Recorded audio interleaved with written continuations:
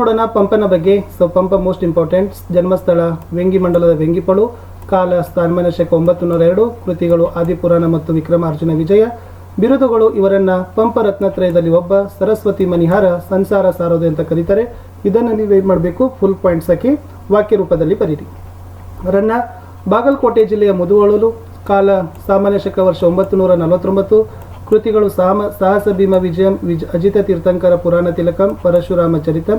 ಬಿರುದು ಕವಿ ಚಕ್ರವರ್ತಿ, ಕನ್ನಡದ ರತ್ನತ್ರಯದಲ್ಲಿ ಒಬ್ಬ. ಶಿವಕೊಟ್ಟಾಚಾರ್ಯ. ಜನ್ಮಸ್ಥಳ ವಿಜಯನಗರ ಜಿಲ್ಲೆಯ ಕೊಟ್ಟೂರು ತಾಲೂಕಿನ ಕೋಗಳಿ, ಜನನ 10ನೇ ಶತಮಾನ, ಕೃತಿ ವಡ್ಡಾರಾಧನೆ. ಕುಮಾರವ್ಯಾಸ. ಗದಗ ಪ್ರಾಂತದ ಕೋಳಿವಾಡ, ಕಾಲ ಸಾಮಾನ್ಯ ಶಕ 1430, ಕೃತಿ ಕರ್ನಾಟಕ ಭಾರತ ಕಥಾಮಂಜರಿ, ಐರಾವತ. ಬಿರುದು ರೂಪಕ ಸಾಮ್ರಾಜ್ಯ ಚಕ್ರವರ್ತಿ. ಲಕ್ಷ್ಮೀಶ. ಜನ್ಮಸ್ಥಳ ಚಿಕ್ಕಮಗಳೂರು ಜಿಲ್ಲೆಯ ಕಡೂರು ತಾಲೂಕಿನ ದೇವನೂರು, ಜನನ ಸಾಮಾನ್ಯ ಶಕ 1550, ಕೃತಿಗಳು ಜೈಮಿನಿ ಭಾರತ. ಬಿರುದು ಉಪಮಾಲೋಲ, ಕರ್ನಾಟಕ, ಚ್ಯುತವನ ಚೈತ್ರ. ದ.ರಾ. ಬೇಂದ್ರೆ. ಸೊ ಜನ್ಮಸ್ಥಳ ಧಾರವಾಡ, ಜನನ 1896, ಕೃತಿ ಗೌರಿ ಕೃಷ್ಣಕುಮಾರಿ ಉಯ್ಯಾಲೆ ಸಖಿಗೀತ. ಪ್ರಶಸ್ತಿಗಳು ಕೇಂದ್ರ ಸಾಹಿತ್ಯ ಅಕಾಡೆಮಿ ಪ್ರಶಸ್ತಿ ಮತ್ತು ಜ್ಞಾನಪೀಠ ಪ್ರಶಸ್ತಿ. ಎ.ಎನ್. ಮೂರ್ತಿರಾವ್. ಜನ್ಮಸ್ಥಳ ಮಂಡ್ಯ ಜಿಲ್ಲೆಯ ಅಕ್ಕಿ ಹೆಬ್ಬಾಳು, ಜನನ 1900, ಕೃತಿಗಳು ಚಿತ್ರಗಳು ಪತ್ರಗಳು, ದೇವರು, ಹಗಲುಗನಸುಗಳು, ಅಲೆಯುವ ಮನ. ಪ್ರಶಸ್ತಿ ಕೇಂದ್ರ ಸಾಹಿತ್ಯ ಅಕಾಡೆಮಿ ಪ್ರಶಸ್ತಿ ಮತ್ತು ಪಂಪ ಪ್ರಶಸ್ತಿ. ಇನ್ನು ಕುವೆಂಪು. ಜನ್ಮಸ್ಥಳ ಶಿವಮೊಗ್ಗ ಜಿಲ್ಲೆಯ ತೀರ್ಥಹಳ್ಳಿ ತಾಲೂಕಿನ ಕುಪ್ಪಳಿ, ಕಾಲ 1904, ಕೃತಿಗಳು ಕೊಳಲು, ಪಾಂಚಜನ್ಯ, ಪ್ರೇಮ ಕಾಶ್ಮೀರ. ಪ್ರಶಸ್ತಿಗಳು ಕೇಂದ್ರ ಸಾಹಿತ್ಯ ಅಕಾಡೆಮಿ ಪ್ರಶಸ್ತಿ, ಜ್ಞಾನಪೀಠ ಪ್ರಶಸ್ತಿ ಸಹಿತ ಕುವೆಂಪು ಅವರಿಗೆ ಸಿಕ್ಕಿರ್ತಕ್ಕಂಥದ್ದು. ಇನ್ನು ಮುಂದೆ ಹೋಗೋಣ. ಎಸ್. ಪೂತಿ ನರಸಿಂಹಾಚಾರ್ಯರು. ಸೊ ಜನ್ಮಸ್ಥಳ ಮಂಡ್ಯ ಜಿಲ್ಲೆಯ ಮೇಲುಕೋಟೆ, ಜನನ 1905, ಕೃತಿಗಳು ಅಹಲ್ಯೆ, ಶಬರಿ, ಹನತೆ, ರಸಸರಸ್ವತಿ. ನೆಕ್ಸ್ಟ್ ಆಮೇಲೆ ಪ್ರಶಸ್ತಿಗಳು ಕೇಂದ್ರ ಸಾಹಿತ್ಯ ಅಕಾಡೆಮಿ ಪ್ರಶಸ್ತಿ ಮತ್ತು ಪಂಪ ಪ್ರಶಸ್ತಿ. ಇನ್ನು ಎಂ ಮರಿಯಪ್ಪ ಭಟ್ಟರಿದ್ದಾರೆ. ಜನ್ಮಸ್ಥಳ ದಕ್ಷಿಣ ಕನ್ನಡ ಜಿಲ್ಲೆಯ ಪುತ್ತೂರು ತಾಲೂಕಿನ ಕಬಕ, ವರ್ಷ 1906, ಕೃತಿ ತುಳು ಇಂಗ್ಲಿಷ್ ನಿಘಂಟು, ಜಾತಕ ತಿಲಕಂ. ಪ್ರಶಸ್ತಿಗಳು ಕರ್ನಾಟಕ ಸರ್ಕಾರದ ಪುರಸ್ಕಾರ. ವಿಕ್ರು ಗೋಕಾಕ. ಜನ್ಮಸ್ಥಳ ಹಾವೇರಿ ಜಿಲ್ಲೆಯ ಸೊಬನೂರು, ಕಾಲ 1909, ಕೃತಿಗಳು ಸಮುದ್ರ ಗೀತೆಗಳು, ಪಯಣ, ಉಗಮ. ಪ್ರಶಸ್ತಿಗಳು ಕೇಂದ್ರ ಸಾಹಿತ್ಯ ಅಕಾಡೆಮಿ ಪ್ರಶಸ್ತಿ ಮತ್ತು ಜ್ಞಾನಪೀಠ ಪ್ರಶಸ್ತಿ. ಇನ್ನು ಜಿ.ಎಸ್. ಶಿವರುದ್ರಪ್ಪಕ್ಕೆ ಬರೋಣ. ಅವರ ಒಂದು ಜನ್ಮಸ್ಥಳ ಬಂದ್ಬಿಟ್ಟು ಶಿವಮೊಗ್ಗ ಜಿಲ್ಲೆಯ ಶಿಕಾರಿಪುರ. ಸೊ ಜನನ ಬಂದ್ಬಿಟ್ಟು ಏನಿದೆಪ್ಪ ಅಂತಂದರೆ ಎಸ್ 1926, ಕೃತಿಗಳು ಬಂದ್ಬಿಟ್ಟು ಸಾಮಗಾನ, ಚಲವು ಬಲವು, ದೇವಶಿಲ್ಪ. ಪ್ರಶಸ್ತಿಗಳು ನೋಡೋದಾದರೆ ಕೇಂದ್ರ ಸಾಹಿತ್ಯ ಅಕಾಡೆಮಿ ಪ್ರಶಸ್ತಿ, ಪಂಪ ಪ್ರಶಸ್ತಿ. ಸಾರಾ ಅಬುಬ್ಕರ್. ಜನ್ಮಸ್ಥಳ ಕೇರಳ ರಾಜ್ಯದ ಕಾಸರಗೋಡು, ಜನನ 1936, ಕೃತಿಗಳು ಚಂದ್ರಗಿರಿಯ ತೀರದಲ್ಲಿ, ಕದನ ವಿರಾಮ. ಪ್ರಶಸ್ತಿಗಳು ಕನ್ನಡ ಸಾಹಿತ್ಯ ಪರಿಷತ್ತಿನ ನೃಪತುಂಗ ಪ್ರಶಸ್ತಿ. ಇನ್ನು 14 ಡಿ.ಎಸ್. ಜಯಪ್ಪಗೌಡ ಅವರ ಪರಿಚಯ. ಸೊ ಏನಿದೆ ಡಿ.ಎಸ್. ಜಯಪ್ಪಗೌಡ ಅವರ ಪರಿಚಯದಲ್ಲಿ ಅಂತಂದರೆ, ಜನ್ಮಸ್ಥಳ ಚಿಕ್ಕಮಗಳೂರು ಜಿಲ್ಲೆಯ ಮೂಡಿಗೆರೆ ತಾಲೂಕಿನ ದಾರದಹಳ್ಳಿ, ಆಮೇಲೆ ಕಾಲ ಬಂದ್ಬಿಟ್ಟು 1947, ಕೃತಿಗಳು ಕರ್ನಾಟಕ ಗ್ರಾಮೀಣ ಸಂಸ್ಥೆಗಳು, ಕರ್ನಾಟಕದ ಕಡಲಾಚೆಯ ಸಂಪರ್ಕಗಳು, ಮೈಸೂರಿನ ಒಡೆಯರು. ಪ್ರಶಸ್ತಿಗಳು ಕರ್ನಾಟಕ ಸಾಹಿತ್ಯ ಅಕಾಡೆಮಿ ಪ್ರಶಸ್ತಿ. ಇನ್ನು ದೇವನೂರು ಮಹಾದೇವ. ಜನ್ಮಸ್ಥಳ ಮೈಸೂರು ಜಿಲ್ಲೆ ನಂಜನಗೂಡು ತಾಲೂಕಿನ ದೇವನೂರು, ಜನ್ಮ ವರ್ಷ 1948, ಆಮೇಲೆ ಕೃತಿಗಳು ಬಂದ್ಬಿಟ್ಟು ದ್ಯಾವನೂರು, ಒಡಲಾಳ, ಗಾಂಧಿ ಮತ್ತು ಮಾವೋ. ಪ್ರಶಸ್ತಿ ಕೇಂದ್ರ ಸಾಹಿತ್ಯ ಅಕಾಡೆಮಿ ಪ್ರಶಸ್ತಿ ಅನ್ನೋದು ಇಂಪಾರ್ಟೆಂಟ್ ಅದ. ಕಂಠಪಾಠ ಪದ್ಯಗಳು. ಪ್ರತಿ ಪದ್ಯದು ಒಂದೊಂದೇ ಸ್ಟಾನ್ಸ ಕೊಟ್ಟಿದ್ದೀವಿ. ಇಷ್ಟು ಬೈಪಟ್ ಮಾಡಿದ್ರು 4 ಅಂಕಗಳನ್ನು ಬರ್ತದೆ. ಹಳಗನ್ನಡ ಬರುತ್ತೋ ಹೊಸಗನ್ನಡ ಬರುತ್ತೋ ಗೊತ್ತಿಲ್ಲ, ಬಟ್ ಬಾಹೆಟ್ ಮಾಡಲೇಬೇಕು. ಕಲುಷಿತವಾದಿ ನದಿ ಜಲಗಳಿಗೆ ಮುಂಗಾರಿನ ಮಳೆಯಾಗೋಣ, ಬರಡಾಗಿರುವಿ ಕಾಡು ಮೇಡುಗಳ ವಸಂತವಾಗುತ್ತ ಮುಟ್ಟೋಣ. ಸಂಕಲ್ಪ ಗೀತೆ ಇದು. ನೀಲಮೇಘ ಮಂಡಲ ಸಮಬಣ್ಣ, ಮುಗಿಲಿಗೆ ರೆಕ್ಕೆಗಳೆಳೆದವು ಅನ್ನ, ಚಕ್ಕೆಯ ಮಾಲೆಯ ಸೆಕ್ಕಿಸಿಕೊಂಡು ಸೂರ್ಯಚಂದ್ರರನ್ನು ಮಾಡಿದೆ ಕಣ್ಣ, ಹಕ್ಕಿ ಹಾರುತ್ತಿದೆ ನೋಡಿದ್ದೀರಾ. ಎಸ್ ಯಾವುದು? ಹಕ್ಕಿ ಹಾರುತ್ತಿದೆ ನೋಡಿದ್ದೀರಾ. ಇನ್ನು ಸಂಕಲ್ಪ ಗೀತೆ ನೋಡಿ, ಹಲಗಲಿ ಬೇಡರು. ಕೊಡಲೆ ಕೋರೆ ಕೂಡ ಕಬ್ಬಿನ ಮೊಸರು ಬೆನ್ನಿ ಹಾಲ, ಉಪ್ಪು ಎಣ್ಣೆ ಅರಿಸಿನ ಜೀರಗಿ ಅಕ್ಕಿ ಸಕ್ಕಾರೆ ಬೆಲ್ಲ, ಗಂಗಳ ಚರಗಿ ಮಂಗಳ ಸೂತ್ರ ಹೋದವು ಬೀಸು ಕಲ್ಲ, ಹಾಳಾಗಿ ಹೋಯಿತು ಅತ್ತು ವರ್ಣಿಸಿ ಹೇಳಲಿ ನಾನೆಷ್ಟ. ಮುಂದಿನ ಪದ್ಯ. ಕೊರಳ ಸೆರೆ ಹಿಗ್ಗಿದವು ದೃಗ್ಜಲ, ಉರವನಿಸಿಕೊಡು ನಂದನ ಕಟ, ಕುರುಪತಿಗೆ ಕೇಡಾದುದೆಂದನು ತನ್ನ ಮನದೊಳಗೆ, ಹರಿಯ ಹಗೆ ಹಗೆ ದೋರ ದುರಹದೆ, ಬರಿದೆ ಹೋವುದೇ ನನ್ನ ಔಷಧ, ನರುಹಿ ಕಂದನು ಹಲವು ಮಾತೇನೆಂದು ಚಿಂತಿಸಿದ ಅಂತಕ್ಕಂಥದ್ದು ಇಂಪಾರ್ಟೆಂಟ್. ಇನ್ನು ಹಸಿರು ಪದ್ಯದು. ಹಸುರಾಗಸ ಹಸುರು ಮಿಗಿಲು, ಹಸುರು ಗದ್ದೆಯ ಬಯಲು, ಹಸುರಿನ ಮಲೆ ಹಸುರು ಕಣಿವೆ, ಹಸುರು ಸಂಜೆಯೋ ಬಿಸಿಲು. ನೆಕ್ಸ್ಟ್. ಹುಟ್ಟಿದ ನೂರ್ವರ ಮೆನ್ನೊಡ, ಹುಟ್ಟಿದ ನೂರ್ವರು ಮಿಂದಿರ್ಚಿ ಸತ್ತೊಡೆ ಕೋಪಂ, ಪುಟ್ಟಿ ಪದಲುದ್ದು ಸತ್ತರ್, ಪುಟ್ಟರೆ ಪಾಂಡವರೊಳೆರಿದು ಛಲಮನೆ ಮೆರಿವೆ. ನೆಕ್ಸ್ಟ್ ನೋಡೋಣ.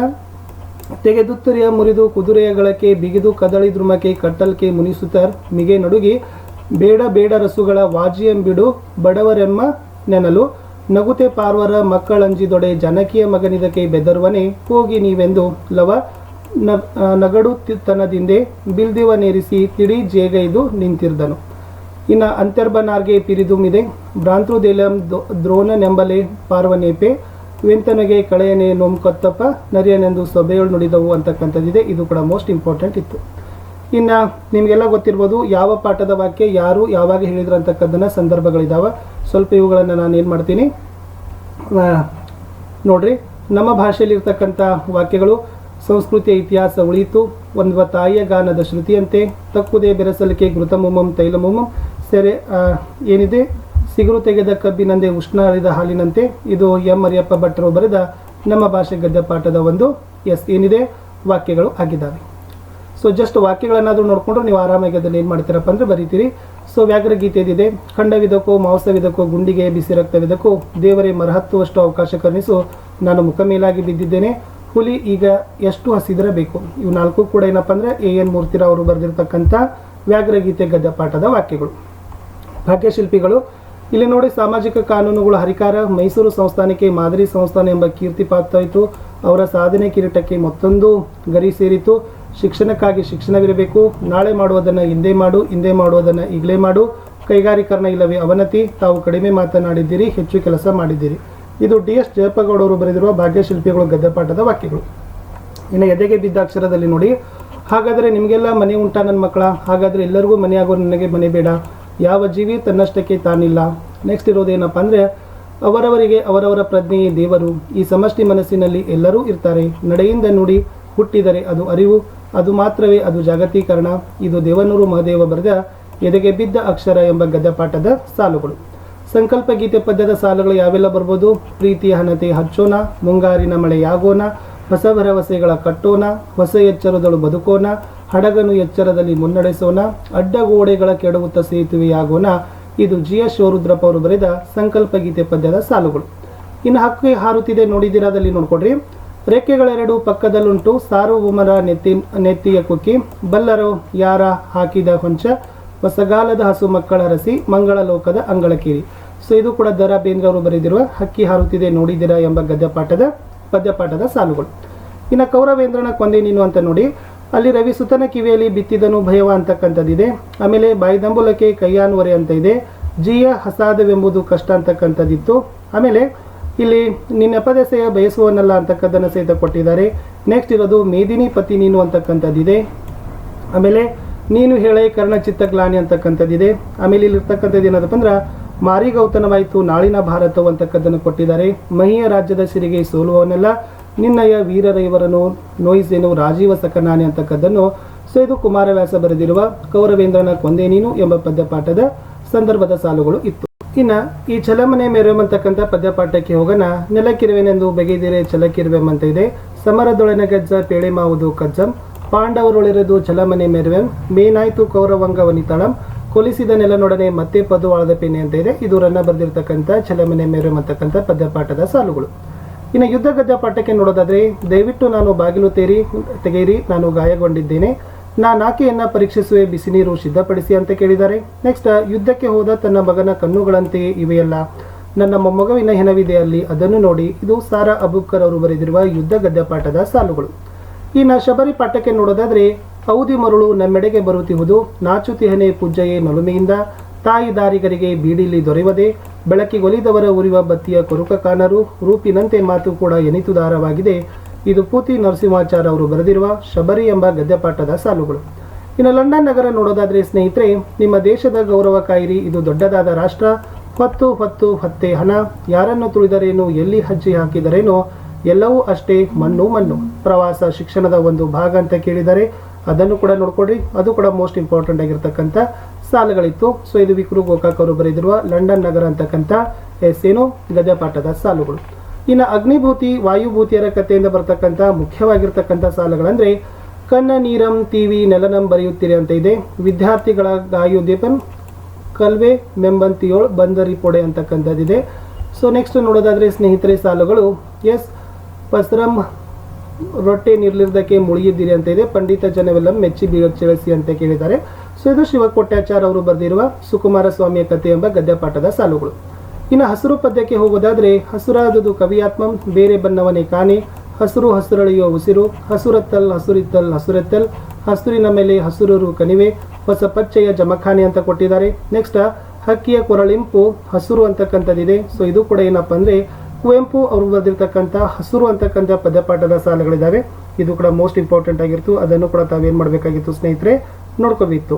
ಇನ್ನು ಮುಂದಿನ ಪ್ರಶ್ನೆಗೆ ಹೋಗೋಣ. ಪ್ರಶ್ನೆ ಸಂಖ್ಯೆಗಳು ಹಲಗಲಿ ಬೇಡರು ಅಂತಕ್ಕಂಥ ಪದ್ಯದಿಂದ ಬರ್ತಕ್ಕಂಥ ಸಾಲುಗಳನ್ನ ಕೇಳಿದ್ದಾರೆ.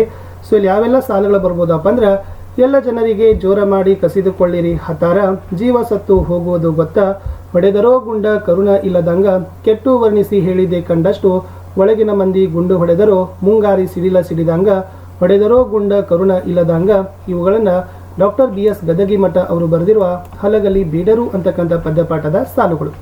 ಇನ್ನು ವೀರಲವಕ್ಕೆ ಹೋಗೋದಾದ್ರೆ, ರಘುದ್ವಹನ ಸೋಲ್ಗೆಳೆ ನಮಿಸಲ್ ಅಂತ ಇದೆ. ತನ್ನ ಮಾತೆಯಂ ಸರ್ವಜನಂ ಬಂಜೆಯನ್ನ ದಿರ್ಪುದೆ, ಅರಸುಗಳ ವಾಜಿಯಂ ಬಿಡು ಅಂತ ಕೊಟ್ಟಿದ್ದಾರೆ. ನೆಕ್ಸ್ಟ್ ಜನಕಿಯ ಮಗನಿದಕ್ಕೆ ಬೆದರವನಿ ಅಂತ ಕೊಟ್ಟಿದ್ದಾರೆ. ಇವೆಲ್ಲವುಗಳು ಕೂಡ ಲಕ್ಷ್ಮೀಶ ಬರೆದಿರುವ ವೀರಲವ ಪದ್ಯಪಾಠದ ಸಾಲುಗಳು. ಇನ್ನು ಕೆಮ್ಮನೆ ಮೀಸೆ ಒತ್ತನೆ ಅಂತಕ್ಕಂಥ ಪದ್ಯಪಾಠಕ್ಕೆ ನೋಡೋದಾದ್ರೆ, ಈಗಳೊಂದೆಡ ಕಡೆ ಮೇಲ್ ಕೈಯೋಳಂತ ಇದೆ. ವಿದ್ಯಾಧನಮೇ ದನಮುಪ್ಪುದು, ಎಂತು ನಾಲಿಗೆ ನಾನಿಲಿ ಗಪ್ಪರೆ ಮಾನಸ, ಇನ್ನು ಜಲಕನಿಗಳದಂ ಶಿರಿ ಕೊಳ್ಳೊಡವು ತೆಂಬುದೆ, ನೊಳವಿಂಗೆ ಕಪ್ಪೆವರಂ ಕೆಮ್ಮನೆ ಮೀಸೆ ಒತ್ತನೆ. ಸೊ ಪಂಪ ಬರೆದಿರುವ ಕೆಮ್ಮನೆ ಮೀಸೆ ಒತ್ತನೆ ಅಂತಕ್ಕಂಥ ಪದ್ಯಪಾಠದ ಸಾಲುಗಳೇ ಆಗಿದ್ದಾವೆ. ಇನ್ನು ನೆಕ್ಸ್ಟ್ ನಾವೇನಪ್ಪ ಅಂತಂದರೆ, ಸೊ ನೀವೇನು ಮಾಡಬೇಕಾಗಿತ್ತು, ಈ ಪದ್ಯಪಾಠದ ಸಾಲುಗಳನ್ನು ಸೊ ಎಲ್ಲದಕ್ಕೂ ಕೂಡ ಸೇಮ್ ಆಗಿರ್ತಕ್ಕಂಥ ಅವ್ರು ಏನು ಮಾಡಿದಾರಪ್ಪ ಅಂದರೆ ಮೌಲ್ಯಾಧಾರಿತ ಸಾರಾಂಶಗಳನ್ನು ಕೊಟ್ಟಿದ್ದಾರೆ. ಸೊ ನೀವು ಸ್ವಲ್ಪ ಏನು ಮಾಡಬೇಕಾಗ್ತದೆ, ಪಾಸ್ಗಳನ್ನು ಮಾಡಿ ಸ್ಕ್ರೀನ್ಶಾಟನ್ನು ತಗೊಳ್ರಿ. ಇಲ್ಲಿ ಯಾವುದೇ ಒಂದು ಪದ್ಯಭಾಗದ ಒಂದು ಮೌಲ್ಯಗಳನ್ನು ಬರಲಿಕ್ಕೆ ಕೊಟ್ಟಿದಾಗ ಸಂಕಲ್ಪ ಗೀತೆಯಿಂದ ಯಾವುದಾದ್ರೂ ಬರಲಿ, ಸೊ ಇವುಗಳನ್ನು ನೀವು ಏನು ಮಾಡಬೇಕಾಗಿತ್ತಪ್ಪ ಅಂದರೆ ಬರಿಬೇಕಿತ್ತು. ಈ ಮೇಲಿನ ಪದ್ಯಭಾಗವನ್ನು ಕವಿ GS ಶಿವರುದ್ರಪ್ಪ ಅವರು ಬರೆದಿರುವ ಸಂಕಲ್ಪ ಗೀತೆ ಎಂಬ ಪದ್ಯಭಾಗದಿಂದ ಆರಿಸಲಾಗಿದೆ. ಮೌಲ್ಯ ಇಲ್ಲಿ ದೃಢ ಸಂಕಲ್ಪ, ಧನಾತ್ಮಕ ಮನೋಭಾವನೆ, ಆತ್ಮವಿಶ್ವಾಸ, ಸಾಮಾಜಿಕ ಹೊಣೆಗಾರಿಕೆ ಮತ್ತು ರಾಷ್ಟ್ರೀಯ ಭಾವೈಕ್ಯತೆ ಏನು ಮಾಡಿದ್ದಾರೆ ತೋರಿಸಿದ್ದಾರೆ. ಸೊ ಸಾರಾಂಶ ಅಂತ ಇದನ್ನು ನೀವು ನೀಟಾಗಿ ಬರೀರಿ. ಇನ್ನು ಹಕ್ಕಿ ಹಾರುತ್ತಿದೆ ನೋಡಿದ್ದೀರ ಅಂತಕ್ಕಂಥದ್ದು, ಅದು ದ.ರಾ. ಬೇಂದ್ರೆ ಅವರು ಬರೆದಿರುವ ಹಕ್ಕಿ ಹಾರುತ್ತಿದೆ ನೋಡಿದಿರ ಪದ್ಯಪಾಠದ್ದು. ಅಲ್ಲಿರ್ತಕ್ಕಂಥ ಮೌಲ್ಯ ಕಾಲದೊಂದಿಗೆ ಹೊಂದಾಣಿಕೆ, ವಿಧೇಯತೆ, ಜಾಗತಿಕ ಸತ್ಯ, ಸಮಯ ಪಾಲನೆಗಳನ್ನು ನಾವೇನು ಮಾಡಬೇಕು, ಮೌಲ್ಯಗಳನ್ನು ರೂಢಿಸ್ಕೊಳ್ಬೇಕು ಅನ್ನೋದನ್ನು ದ.ರಾ. ಬೇಂದ್ರೆ ಅವರು ಹೇಳಿದ್ದಾರೆ. ಇನ್ನು ಕೌರವೇಂದ್ರನ ಕೊಂದೆ ನೀನು ಅಂತಕ್ಕಂಥ ಪದ್ಯದಲ್ಲಿ ಸೌರ ಕುಮಾರವ್ಯಾಸ ಬರೆದಿರುವ ಕೌರವೇಂದ್ರನ ಕೊಂದೆ ನೀನು ಅಂತಕ್ಕಂಥ ಪದ್ಯಪಾಠದ ಸಾಲುಗಳು. ಇಲ್ಲಿ ಸ್ವಾಮಿ ನಿಷ್ಠೆ, ಒಳ್ಳೆಯ ವರ್ತನೆ, ಗೆಳೆತನ, ಅನುಕಂಪ, ಸಮಚಿತ್ತತೆ, ಕರ್ತವ್ಯ ನಿಷ್ಠೆ, ಪ್ರೀತಿ ಮುಂತಾದವುಗಳನ್ನು ಏನು ಮಾಡಿದ್ದಾರೆ ಈ ಪದ್ಯಪಾಠದಲ್ಲಿ ಬರೆದಿದ್ದಾರೆ ಅನ್ನೋದನ್ನು ಇಲ್ಲಿ ಕೊಟ್ಟಿದ್ದೇವೆ. ಅದನ್ನು ಸ್ವಲ್ಪ ನೋಡ್ಕೊಂಡು ಹೋಗಿ. ಇನ್ನು ಛಲಮನೆ ಮೆರವಂ ಅಂತಕ್ಕಂಥ ಪದ್ಯಪಾಠ ಸಾಲಿನಲ್ಲಿ ಇದನ್ನು ಮಹಾಕವಿ ರನ್ನ ಬರೆದಿರುವ ಛಲಮನೆ ಮೆರವಂ ಅಂತಕ್ಕಂಥ ಪದ್ಯಪಾಠದ ಸಾಲುಗಳಾಗಿದ್ದಾವೆ. ಇಲ್ಲಿ ಛಲದ ಗುಣ, ಗೌರವ ಭಾವನೆ, ಪ್ರೀತಿ ಪ್ರೇಮ, ಸಹೋದರ ಪ್ರೇಮ, ಕರ್ತವ್ಯ ನಿಷ್ಠೆ ಮುಂತಾದವುಗಳನ್ನು ಇಲ್ಲಿ ಏನು ಮಾಡಿದಾರಪ್ಪ ಅಂದರೆ ಸೊ ಪದ್ಯದಲ್ಲಿ ಕೊಟ್ಟಿದ್ದಾರೆ ಅನ್ನೋದನ್ನು ಬರಿಬೇಕಿತ್ತು. ಇನ್ನು ಹಸಿರು ಪದ್ಯದಲ್ಲಿ ಬಂದರೆ, ಸೊ ಕುವೆಂಪು ಅವರು ಬರೆದಿರ್ತಕ್ಕಂಥ ಹಸಿರು ಪದ್ಯದ ಒಂದು ಪದ್ಯದ ಸಾಲುಗಳಾಗಿದ್ದಾವೆ. ಇದರಲ್ಲಿ ಪ್ರಕೃತಿಯಲ್ಲಿ ಹಸುರಿನ ಮಹತ್ವ, ಪರಿಸರದ ಪ್ರೇಮ, ಹಸುರಿನ ಸೌಂದರ್ಯಾನುಭವ, ಸಸ್ಯ ಸಮೃದ್ಧಿ ಮುಂತಾದವುಗಳನ್ನು ಕವಿ ಇಲ್ಲಿ ಏನು ಮಾಡಿದ್ದಾರೆ ವರ್ಣಿಸಿದ್ದಾರೆ. ಇನ್ನು ಹಲಗಲಿ ಬೇಡರಿನಲ್ಲಿ ಡಾಕ್ಟರ್ BS ಗದಗಿಮಠ ಅವರು ಸಂಪಾದಿಸಿರ್ತಕ್ಕಂಥ ಹಲಗಲಿ ಬೇಡರು ಪದ್ಯದಲ್ಲಿ ದೇಶ ಪ್ರೇಮ, ಸ್ವಾತಂತ್ರ್ಯ ಪ್ರೇಮ, ಒಗ್ಗಟ್ಟು, ಜನಪದ ಸೊಗಡಿನ ಮೌಲ್ಯಗಳನ್ನು ಏನು ಮಾಡಿದ್ದಾರೆ ತಿಳಿಸಿದ್ದಾರೆ. ಇನ್ನು ವೀರಲವದಲ್ಲಿ ಇದು ಲಕ್ಷ್ಮೀಶ ಬರೆದಿರ್ತಕ್ಕಂಥ ವೀರಲವ ಅಂತಕ್ಕಂಥ ಪದ್ಯ. ಈ ಪದ್ಯ ಭಾಗದಲ್ಲಿ ವೀರತನ, ಬಾಲ ಸಹಜ ಸಾಹಸ, ಕ್ಷತ್ರಿಯ ಗುಣಗಳನ್ನು ಏನು ಮಾಡಿದಾರಪ್ಪ ಅಂದರೆ ತಿಳಿಸಿದ್ದಾರೆ. ಇನ್ನು ಕೆಮ್ಮನೆ ಮೀಸೆ ಒತ್ತನೆ ಅಂತಕ್ಕಂಥದ್ದಲ್ಲಿ ನೋಡೋದಾದ್ರೆ ಏನಿದೆ, ಇದು ಪಂಪ ಬರೆದಿರುವ ಕೆಮ್ಮನೆ ಮೀಸೆ ಒತ್ತನೆ ಅಂತಕ್ಕಂಥ ಪದ್ಯ ಭಾಗದಲ್ಲಿ ಸಾಲುಗಳು ಬಂದರೆ ಅಹಂಕಾರದಿಂದ ಆಗುವ ಅನರ್ಥಗಳನ್ನು ಏನು ಮಾಡಿದಾರಪ್ಪ ಅಂದ್ರೆ ಕವಿ ಹೇಳಿದ್ದಾರೆ. ಇನ್ನು ಗಾದೆ ಮಾತುಗಳನ್ನು ಪ್ರತಿಯೊಂದು ಗಾದೆ ಮಾತುಗಳನ್ನು ಸ್ಟಾರ್ಟ್ ಮಾಡಿದಾಗ ನೀವೇನು ಮಾಡಬೇಕಪ್ಪ ಸ್ನೇಹಿತರಂದರೆ, ಸೊ ಇವುಗಳನ್ನು ಕಂಪಲ್ಸರಿಯಾಗಿ ಬರೀಬೇಕು. ಏನು, ಗಾದೆ ವೇದಗಳಿಗೆ ಸಮ, ವೇದ ಸುಳ್ಳಾದರೂ ಗಾದೆ ಸುಳ್ಳಾಗದು ಎಂಬ ಮಾತಿದೆ. ಗಾದೆಗಳು ಚಿಕ್ಕ ಚಿಕ್ಕ ವಾಕ್ಯಗಳಲ್ಲಿ ಹಿರಿದಾದ ಅರ್ಥವನ್ನು ನೀಡುತ್ತದೆ. ಗಾದೆಗಳು ಗ್ರಾಮೀಣ ಜನರ ಜೀವದ ನಾಡಿಗಳು. ಗಾದೆಗಳು ಹಿರಿಯರು ಹೇಳಿದ ಅನುಭವದ ಸಾರಗಳು. ಗಾದೆಗಳು ನಮಗೆ ಉತ್ತಮ ಬದುಕನ್ನು ರೂಪಿಸಲು ಸಹಕಾರಿಯಾಗಿವೆ. ಗಾದೆಗಳು ಜನಪದರ ನುಡಿಮುತ್ತುಗಳಾಗಿವೆ. ಅಂಥ ಗಾದೆ ಮಾತುಗಳಲ್ಲಿ ಅವ್ರು ಯಾವ್ದು ಕೊಡ್ತಾರಲ್ಲ ಆ ಗಾದೆ ಮಾತನ್ನು ಇಲ್ಲಿ ಬರೆದು ಇದು ಕೂಡ ಪ್ರಸಿದ್ಧ ಕನ್ನಡದ ಗಾದೆ ಅಂತ ಬರೆದ್ರೂ ಕೂಡ 1 ಮಾರ್ಕ್ಸ್ ಕೊಡ್ತಾರೆ.